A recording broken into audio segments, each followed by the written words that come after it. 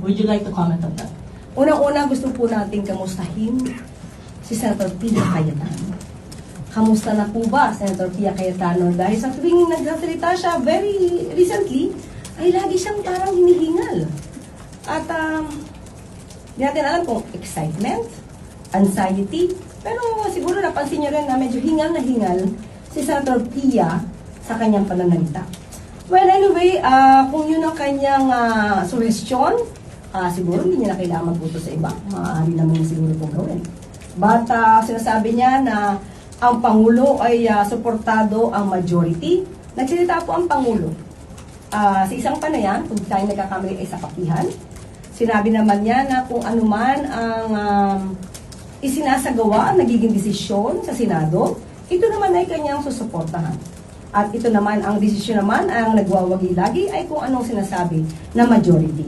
So, susuportahan po ng Pangulo, unang-una po because of the separation of powers, but susuportahan po ang ginagawa ng Senado as long as those activities are within the bounds of law.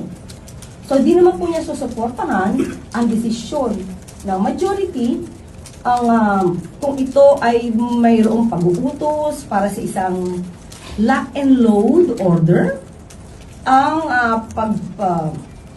pag-ayon sa pagpapaputok ng isang General Ablasca, at hindi naman po siya sasang-ayon sa isang pagpapatakas sa katulad po ni Senator Bato.